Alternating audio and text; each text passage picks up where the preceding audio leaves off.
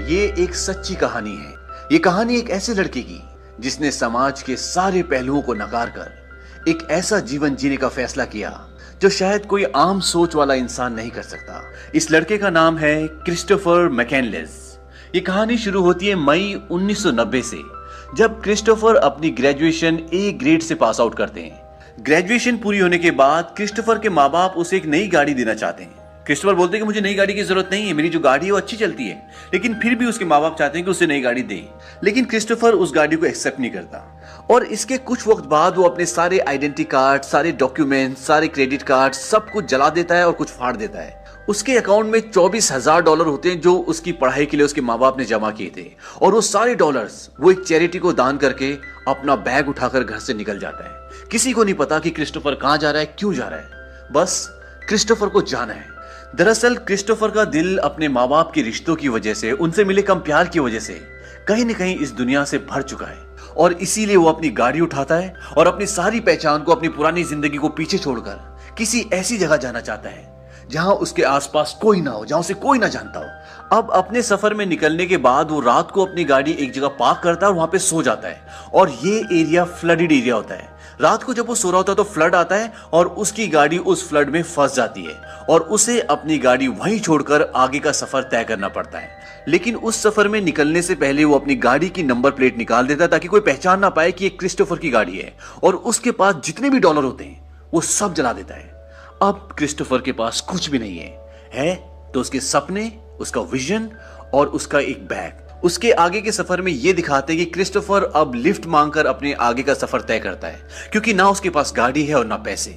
उसका जहां मन करता है वहां सो जाता है, जहां मन करता है वहां जाता है, मानो उसने इस पूरी दुनिया को अपना घर समझ लिया हो। और अब उसने अपना नाम भी बदल लिया। उसका नया नाम है अलेक्जेंडर सुपरट्रैम्प। और इसी सफर में उसकी एक कपल से मुलाकात होती है। ये एक हिप्पी कपल होता है। इनका नाम है रैनी और जैन। ये क्रिस्टोफर को, जो अब अलेक्जेंडर बन चुका है, उसे अपनी गाड़ी में लिफ्ट देते हैं और उसे बोलते हैं कि हम भी तुम्हारी तरह हैं, बस फर्क ये है कि तुम पैदल सफर करते हो और हम गाड़ी से। इसके बाद क्रिस्टोफर कुछ दिन इन्हीं के साथ रहता है और एक दिन रेनी उसे बताता है कि जैन और मेरे बीच में रिश्ते अच्छे नहीं है। दरअसल वो अपने पास्ट से, अपने अतीत से बाहर निकल ही नहीं पाती।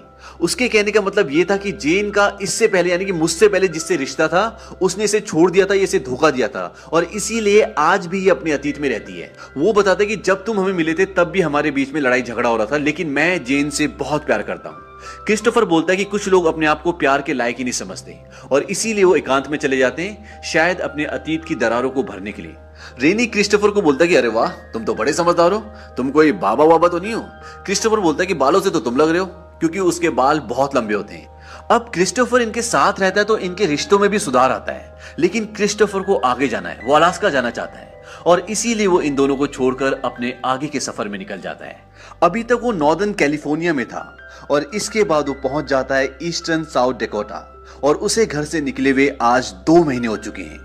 इसके बाद क्रिस्टोफर की मुलाकात होती है वेन वेस्टरबर्ग से, जिसके पास बहुत बड़े बड़े खेतों का कॉन्ट्रैक्ट होता है और क्रिस्टोफर यहाँ पर काम करता है। वो बड़ी बड़ी मशीनों से फसल काटता है, गोदाम में काम करता है, लेकिन वो अपनी लाइफ की जर्नी को एंजॉय कर रहा होता है, क्योंकि वो जो भी कर रहा होता है अपनी मर्जी से कर रहा होता है। और यहीं पर वो वेस्टरबर्ग से एक गन की डिमांड करता है, क्योंकि उसे अलास्का जाना है, जो एक बीहड़ है, एक जंगल है, और उसे अपनी रक्षा करने के लिए, शिकार करने के लिए गन की जरूरत है, और वेस्टरबर्ग उसे एक गन दिलवाता है। इसके बाद वेस्टरबर्ग को किसी वजह से पुलिस पकड़ लेती है और क्रिस्टोफर का वहां तक का सफर भी खत्म हो जाता है, और यहां से क्रिस्टोफर आगे निकलता है। अब क्रिस्टोफर ये तय करता है कि वो कोलोराडो नदी को पार करेगा, लेकिन उस नदी को पार करने के लिए परमिशन की जरूरत होती है, जो क्रिस्टोफर के पास नहीं होती, और वो परमिशन लेने के लिए जाता है, लेकिन उसे परमिशन नहीं मिलती। वो बोलते कि तुम अपना वेटिंग लिस्ट में नाम लिखवा दो और जब तुम्हारा नंबर आएगा तब तुम जा सकते हो। और जब क्रिस्टोफर वेटिंग लिस्ट देखता है तो उसका नंबर 12 साल बाद होता है। वो कहता है 12 साल इंतजार करना पड़ेगा नदी पार करने के लिए? वो कहते हैं कि हाँ। इसके बाद क्रिस्टोफर बिना परमिशन की नदी में कूद जाता है, यानी कि नदी में उतर जाता है अपनी नाव के साथ, और जब वो आगे जाता है तो उसे कपल मिलता है। वो उसे बताते हैं कि तुम इसी नदी के सहारे मैक्सिको भी जा सकते हो। तभी वहां से पीछे पुलिस आ जाती है जो उसे पकड़ना चाहती है, और क्रिस्टोफर वहां से निकल जाता है और वो उस नदी के सहारे सीधा मैक्सिको पहुंच जाता है। लेकिन मैक्सिको पहुंचने से पहले उसने रास्ते में बहुत वक्त बिताया होता है। उसे गुफा मिलती है और उस गुफा में वो 36 दिनों तक रहता है, और वहां रहकर वो जिंदगी को, नेचर को बहुत करीब से देखता है। इसके बाद दोबारा वो शहर पहुंच जाता है, और शहर पहुंचने के बाद उसे घुटन होना शुरू हो जाती है और वो शहर छोड़कर दोबारा अपने आगे के सफर में निकल जाता है। इस बार वो ज्यादा से ज्यादा ट्रेनों में ट्रेवल करता है, लेकिन उसके पास पैसे नहीं होते, तो इसलिए वो मालगाड़ी का सहारा लेता है। लेकिन एक बार उसे रेलवे पुलिस पकड़ लेती है और बहुत मारती है और इसके बाद दोबारा क्रिस्टोफर लिफ्ट मांगना शुरू कर देता है। अब आगे सफर तय करते हुए वो स्लैब सिटी पहुंच जाता है और यहाँ पर उसकी मुलाकात होती है जेन और रेनी से, और ये वही हिप्पी कपल होता है जो उसे घर से निकलने के बाद पहली बार मिला था। और यहीं पर क्रिस्टोफर की एक और लड़की से मुलाकात होती है। इस लड़की का नाम ट्रेसी होता है और ट्रेसी क्रिस्टोफर को बहुत पसंद करती है, लेकिन क्रिस्टोफर उस पर ज्यादा इंटरेस्ट नहीं दिखाता। इसकी दो वजह होती है, एक तो उसकी एज बहुत कम होती है और दूसरा क्रिस्टोफर को अपने आगे के सफर में निकलना है, यानी कि उसे अलास्का जाना है। अब कुछ वक्त वहां रहने के बाद वो अपने आगे यानी कि अलास्का के सफर में निकल जाता है और सफर के दौरान वो सेल्टन सिटी में अपना कैंप लगाता है और कैंप में 2 हफ्ते रहने के बाद वहां पर उसकी मुलाकात एक बूढ़े आदमी से होती है जिसका नाम रॉन फ्रेंज होता है। रॉन फ्रेंज एक रिटायर आर्मी ऑफिसर हैं और अब वो एक लेदर की कंपनी में काम करते हैं, लेकिन वो काम शौकिया करते हैं। इस आदमी को क्रिस्टोफर काफी इंटरेस्टिंग और काफी अच्छा लगता है। वो क्रिस्टोफर के साथ काफी वक्त बिताता है और उसे बताता है कि एक कार एक्सीडेंट में उसकी पूरी फैमिली गुजर गई। यहाँ पर क्रिस्टोफर को वो लेदर का काम भी सिखाता है और लेदर के काम सीखने के बाद क्रिस्टोफर अपने लिए एक बेल्ट बनाता है जिसमें वो अपनी पूरी जर्नी की डिटेल्स को मेंशन करता है। अब क्रिस्टोफर यहाँ पर 2 महीने रहने के बाद तय करता है कि अब वो फाइनली अलास्का जाएगा, क्योंकि अलास्का अब यहाँ से बहुत दूर नहीं है। लेकिन रॉन फ्रेंच नहीं चाहता कि क्रिस्टोफर आगे जाए। वो उसे बोलता है कि तुम यहीं रुक जाओ और मेरे पोते बन जाओ। क्रिस्टोफर बोलता है कि मैं इस बात की बहुत इज्जत करता हूँ, लेकिन मुझे अलास्का जाना होगा। जब मैं अलास्का से वापस लौटूंगा तब हम इस बारे में बात करेंगे। और वो वहां से निकल जाता है।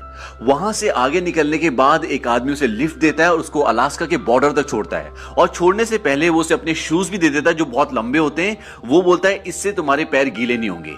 और अब क्रिस्टोफर वहां पहुंच गया है जहां वो पहुंचना चाहता था और उसे घर से निकले हुए लगभग 21 महीने हो चुके हैं।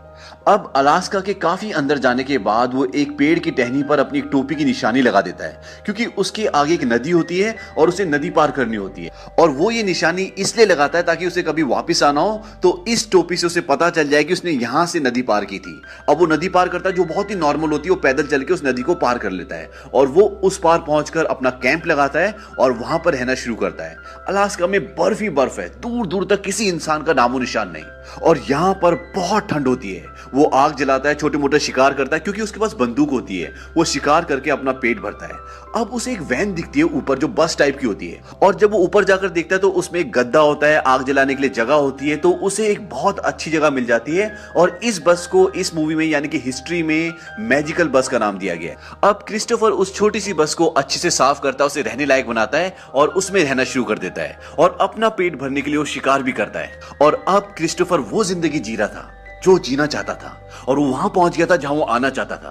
क्रिस्टोफर की एक खास आदत होती है, वो बहुत पढ़ता और लिखता भी बहुत है, और वो जो भी जर्नी में अपना एक्सपीरियंस कर रहा होता है उसे लिख रहा होता है ताकि वो उसकी जिंदगी में हमेशा अनुभव की तरह उसके साथ रहे। शुरू में अलास्का के दिन नॉर्मल थे, लेकिन धीरे धीरे उसका राशन खत्म होना शुरू हो गया और अब वो कम से कम खाता, और जिसकी वजह से उसका वेट कम होना शुरू हो गया। जो बेल्ट उसने पहन रखी थी उसमें वो बार बार छेद करता, क्योंकि उसकी कमर कम होना शुरू हो गई थी, और वो बार बार छेद करके अपनी बेल्ट को टाइट करता। उसका खाना खत्म हो रहा था तो उसने सोचा कि एक बड़े जानवर का शिकार करके मैं उसे कई दिनों तक चलाऊंगा, और वो एक बड़े जानवर का शिकार करता है। लेकिन जैसा उसने सोचा था वैसा कुछ भी नहीं हुआ। उसका सारा मांस सड़ना शुरू हो गया और उसपे कीड़े पड़ गए, और यहाँ पर वो बहुत हताश होता है और उसे एक बात समझ में आ जाती है कि कुदरत के आगे कभी किसी की नहीं चलती।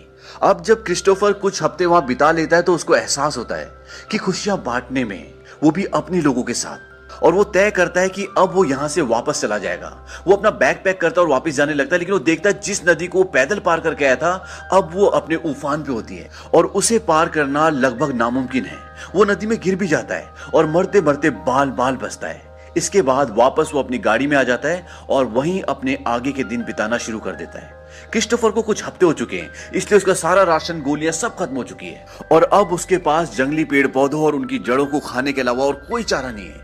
उसके पास इसके लिए किताब भी होती है, क्योंकि जंगल में आप हर एक पौधे को नहीं खा सकते। अब वो अपने लिए खाना अरेंज करना शुरू करता है और उसे एक पौधे में कंफ्यूजन हो जाता है, वो होता है वाइल्ड पोटैटो और वाइल्ड स्वीट पी। दरअसल वो वाइल्ड स्वीट पी की जगह वाइल्ड पोटैटो खा लेता है और उसकी बॉडी में पॉइजन फैल जाता है। उसकी बॉडी पहले कमजोर थी और अब पॉइजन फैलने के बाद उसके अंदर इतनी हिम्मत भी नहीं है कि वो अपने लिए खाना अरेंज कर सके। क्रिस्टोफर को इस बीहड़ में अलास्का में आज पूरे 100 दिन हो गए। वो जो चाहता था उसने कर लिया, लेकिन अब वो बहुत कमजोर है और पॉइजन की वजह से वो धीरे धीरे मर रहा है। लेकिन अभी भी वो अपने थॉट्स लिखता है और अपनी जिंदगी के आखिरी दिनों में वो एक थॉट लिखता है, happiness only real when shared.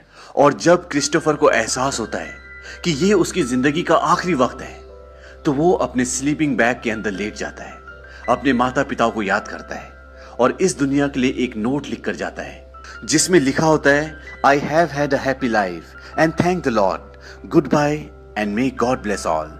और 6 सितंबर 1992 को क्रिस्टोफर की आंखें हमेशा के लिए बंद हो गई। इस पूरी बायोग्राफी से हमें ये सीख मिलती है कि जिंदगी अपनी मर्जी से जरूर जीनी चाहिए, लेकिन अपनों के बिना जिंदगी जिंदगी नहीं होती। अपने लोग गलतियां करते हैं, लेकिन इंसान ही गलतियां करता है और एक इंसान का फर्ज है कि वो दूसरे इंसानों की गलती को माफ करे। गलती का नाम तभी गलती है क्योंकि वो गलती है। हालांकि क्रिस्टोफर का मूवी में जो आखिरी नोट दिखाया गया था वो हम आपको पहले पढ़ के बता चुके हैं, लेकिन असल में उन्होंने ये नोट लिखा था, I need your help, I am injured near death and too weak to hike out, I am all alone, this is no joke, in the name of God please remain to save me, I am out collecting berries close by and shall return this evening, thank you, Chris मैकेनलेस।